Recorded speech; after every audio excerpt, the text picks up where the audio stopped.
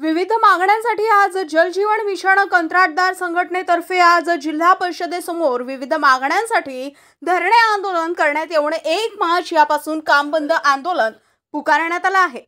दिलेल्या निवेदनात म्हटलं आहे की शासनाने 31 मार्च पुरता मुदतवाढ न करता डिसेंबर 2024 पर्यंत देऊन या योजनेमध्ये मक्तेदार यांना समाविष्ट करावं अशी मागणी करण्यात आली असून सुशिक्षित बेरोजगार अभियंता कंत्राटदार यांना सुद्धा डिसेंबर 2024 पर्यंत सरसकट मदतवाढ शासनाने द्यावी अशी मागणी यात करण्यात आली आहे।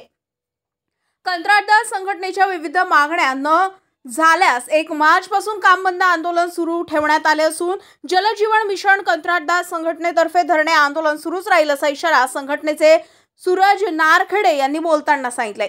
या धरणे आंदोलनात दत्ता पाटील, जीवन जागीरदार, सुनील पाटील, सूरज वानखेडे, संजय आफरे, संजय पवार, दीपक नारखेडे, निलेश पाटील, अनिता पाटील, किशोर पाटील, रोहन मेढे, राजेंद्र शिरसाट, जाकीर खान, राकेश ठाकरे, अशोक सोनवणे, गोपाल पाटील, अक्षय पाटील, शांताराम पाटील, दिलीप पाटील, सतीश पाटील, महेश पाटील, शिरीष पाटील, विवेक पाटील, पंकज वाघ, सचिन पाटील आदींनी या धरणे आंदोलनात सहभाग घेतलाय।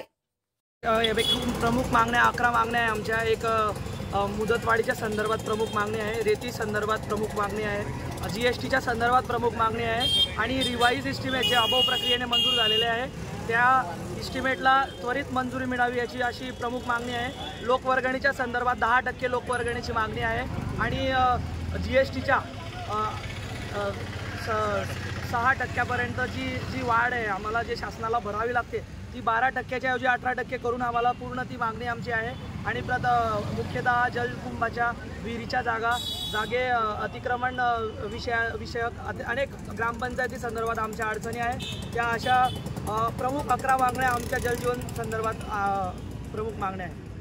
1350 ते 1400 योजना आहे, परंतु पूर्ण झालेल्या योजना या फक्त 150 ते 160 योजना कुठेतरी, त्यासुद्धा 70 ते 80% कुठेतरी योजना आहे। परंतु या योजना पूर्ण हा जो योजनेचा पूर्ण प्रोग्राम आहे तो याच्यामुळे विस्कळीत पडलेला आहे की याच्यामध्ये विनादंड मुदतवाढ, आम्हाला रेती न मिळणे, जागेअभावी अडचणी, अतिक्रमण संदर्भात अडचणी, जागेच्या प्रमुख अडचणी आणि प्रशासनाने आम्हाला धरलेल्या वेठीसपणामुळे आमच्या या योजना या पूर्ण होऊ शकत नाही आहे। कुठेतरी बिलं उशिरा मिळत आहे आम्हाला, 7-7 महिने आम्हाला विभागामध्ये जर लागत आहे तर ते बिलं निषेधार्थ आहे। आम्हाला प्रमुख मागणी अशी आहे की जे शासन निर्णयाप्रमाणे 7 ते 13 दिवसामध्ये आमचं बिल अदा व्हायला पाहिजे, ते कुठेही होतं नाही आहे। मुदतवाढ सुद्धा 6-6, 7-7 महिन्यापासून आम्हाला मिळत नाही आहे। कितीची बिलं आहे?